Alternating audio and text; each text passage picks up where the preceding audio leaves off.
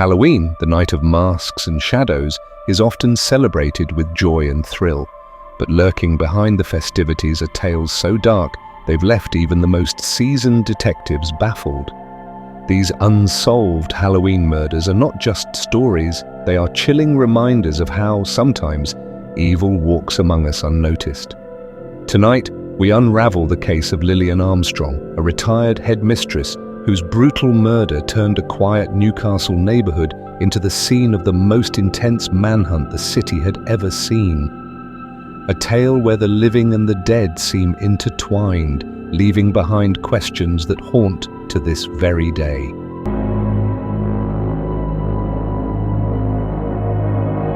It was Halloween night, 1963, and the city of Newcastle hummed with the soft murmur of children trick-or-treating and neighbors exchanging pleasantries. But in one quiet household on Victoria Avenue, a macabre scene was about to unfold, one that would freeze the very soul of the community.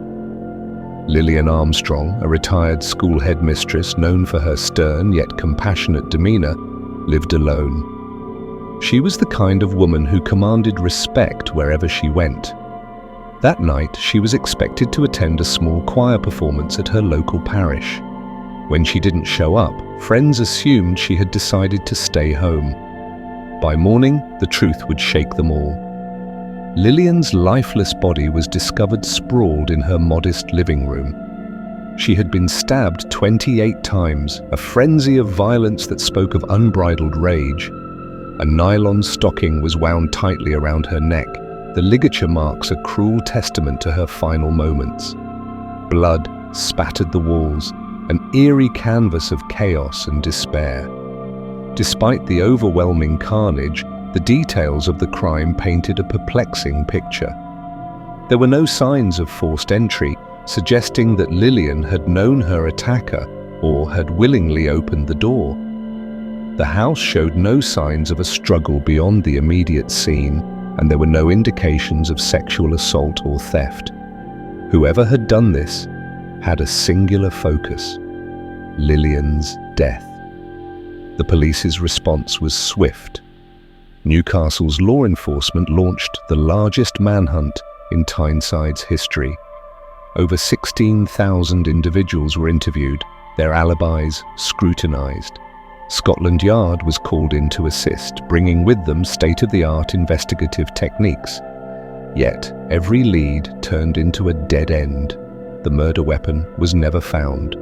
Forensic evidence, rudimentary by today's standards, failed to point to a clear suspect.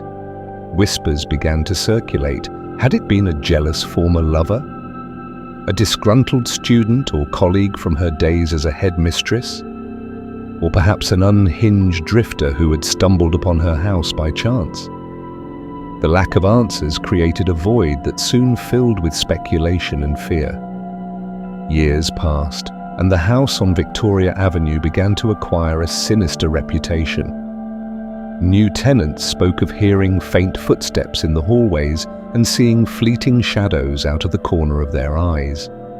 One particularly unnerved resident reported the distinct smell of Lillian's favorite lavender perfume wafting through the house at odd hours. Was it the residual energy of a life so violently snuffed out, or merely the imagination of those aware of the house's grim history? Decades later, the case remains unsolved. The police files, now gathering dust, contain fragments of a life and death that refuse to reveal their secrets.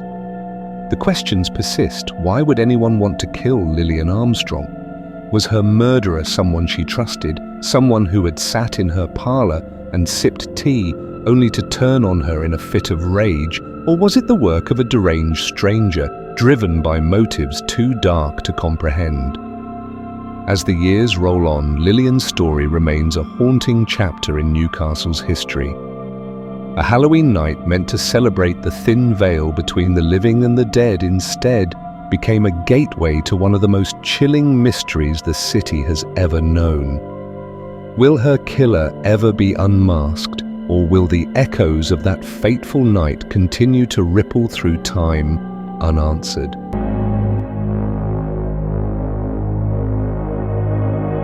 Halloween night, 2006.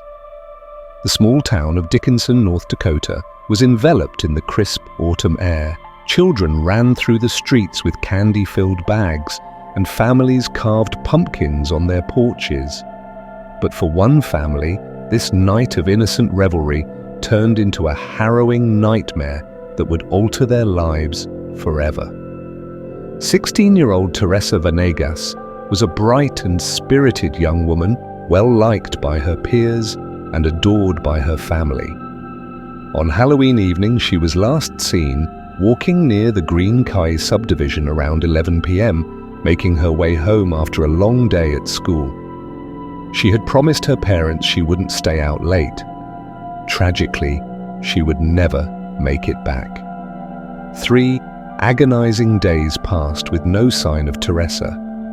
Her parents' worst fears were confirmed when a passerby discovered her body in a field across from Dickinson High School. The scene was one of unimaginable horror.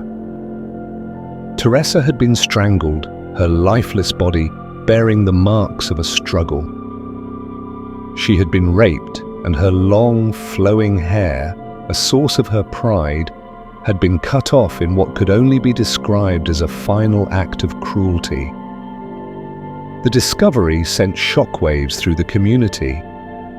How could such an atrocity occur in their tight-knit town? Detectives worked tirelessly to uncover the truth. At least 45 individuals were interviewed, and countless hours were spent combing through potential leads. Yet the investigation hit one dead end after another. The lack of physical evidence or a clear suspect turned the case into a grueling exercise in frustration and heartbreak. Teresa's family, devastated but determined, became vocal advocates for justice.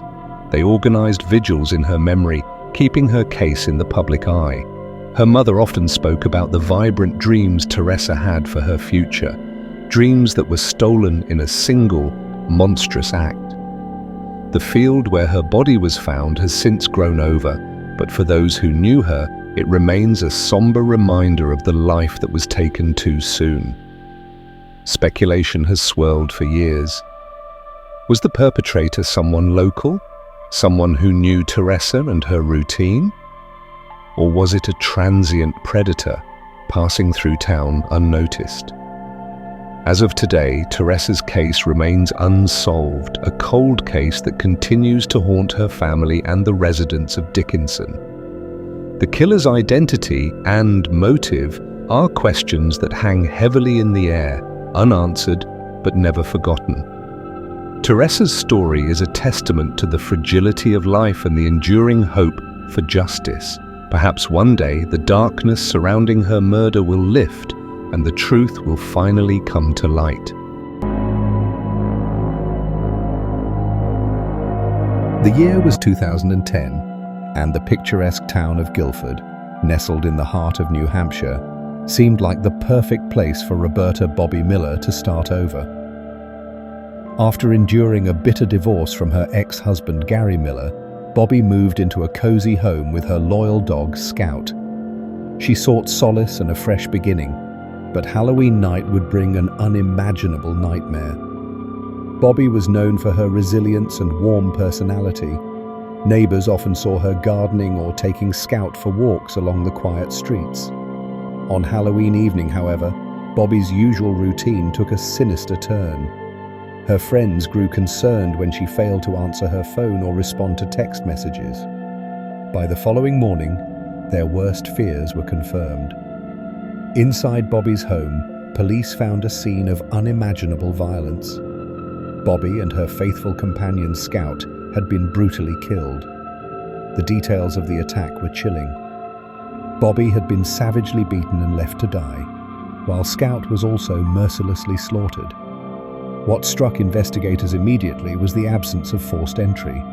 It appeared that Bobby had either willingly let her killer in or had known them well enough to leave her door unlocked. Suspicion quickly fell on her ex-husband Gary, a man with a history of contentious disputes with Bobby over finances and property. 2 days before the murder, a house owned by Gary in Maine mysteriously burned down. adding another layer of intrigue to an already complex case. Despite these circumstances, no concrete evidence linked Gary to Bobby's murder, and he was never formally charged.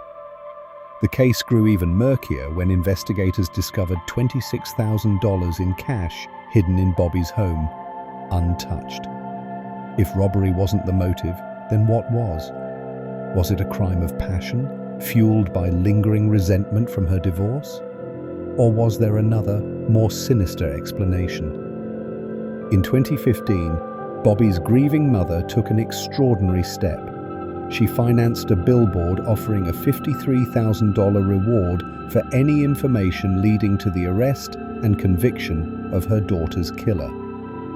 The billboard stood as a stark reminder of the unresolved tragedy, a plea for justice that echoed through the town of Guildford. The message was simple. Someone knows what happened to Bobby Miller, and we won't stop until we find out. Despite the widespread attention, the case remained cold. Investigators combed through evidence, conducted interviews, and followed every lead, but nothing substantial surfaced to lead them to Bobby's killer. The mystery lingered like an unsettling fog over the town. As the years passed, the haunting echoes of Bobby's death continued to reverberate through the lives of her family and friends. The billboard, standing tall against the backdrop of a quiet New Hampshire town, became a symbol of grief and determination. Bobby's mother, who had lost her daughter in such a brutal and senseless way, was relentless in her search for answers. The question, why, echoed in her mind every day, a question that no one seemed able to answer. In 2018, the case took an unexpected turn when a new lead surfaced, a witness who had seen a man leaving Bobby's home on the night of her death. This information prompted a fresh round of investigations, but once again, the trail went cold. The description provided by the witness was vague, and the police were left with little to go on. Theories about the motive for the murder ranged from financial disputes to possible jealousy or revenge stemming from the divorce. Gary Miller, though a primary suspect, had always denied any involvement in his ex-wife's death. His alibi was solid, and there was no physical evidence tying him to the crime. The unanswered questions surrounding Bobby's life and death continued to haunt those who had known her. To this day, Bobby's case remains unsolved. Guildford has moved on, but the town will never forget the tragic loss of one of its own. Bobby Miller's story is one of a life taken too soon, the victim of violence that seemed senseless and without reason. The haunting echo of her murder reverberates through the years, a reminder of the unresolved pain and the hope that one day justice will be served. Her mother, now older and weary from years of heartache, continues to advocate for answers, never giving up on her daughter. The billboard may be gone, but the search for justice remains, and the people of Guildford continue to wonder who killed Roberta Bobby Miller and why.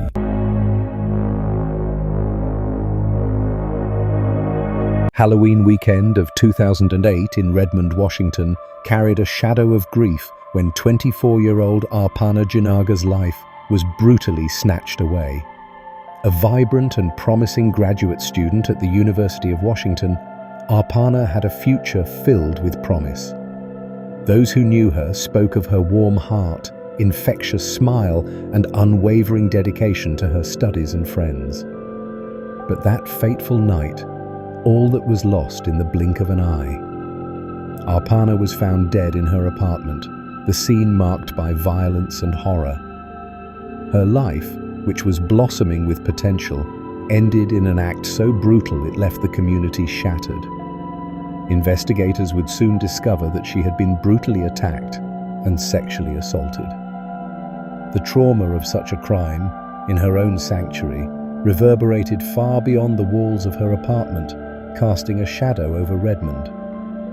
Law enforcement was quick to respond, diving into an investigation that seemed straightforward at first. The scene of the crime was clear, and DNA evidence was collected. This crucial evidence, they hoped, would lead to a breakthrough, unraveling the mystery of who had committed such an unthinkable act. But despite the high hopes, the DNA found at the scene led to nothing. It didn't match anyone in criminal databases, and no known suspects could be identified. The case began to feel like a haunting echo, a void where answers should have been. What should have been the beginning of justice was instead the start of a long, frustrating path filled with dead ends. As days turned into weeks, then months and years, Arpana's family and friends kept her memory alive through vigils, fundraisers, and a tireless pursuit of answers. They sought to keep the case in the public eye, raising reward money in the hopes that someone, somewhere, might come forward with the key piece of information that could bring the case to its tragic conclusion. Arpana's death had left an indelible mark on her community. The loss of a young woman so full of promise was felt not just by her loved ones, but by everyone who had come into contact with her. Redmond, once a place of comfort and familiarity, had become a place haunted by fear and uncertainty. No one could shake the feeling that something so dark had transpired, and they still hadn't uncovered its full truth. Her family and friends were left with the unbearable pain of not just losing her, but of not knowing why it happened. The question, who killed Arpana Jinaga, continued to reverberate, a question without an answer. Despite years of investigation, re-examinations of evidence, and an unyielding determination from those closest to her, the case remained unsolved. As the years have passed, Arpana's case serves as a grim reminder of how easily a life can be taken, and how elusive justice can sometimes be. Every Halloween, as the community recalls that dark moment when Arpana's life was stolen, the haunting question continues to linger in the minds of those who were affected by her death. Will the truth ever emerge? Despite the passage of time, the quest for justice continues. Vigilance remains in the search for answers, fueled by hope that one day the shadows will lift and the secrets of that horrifying night will finally be revealed.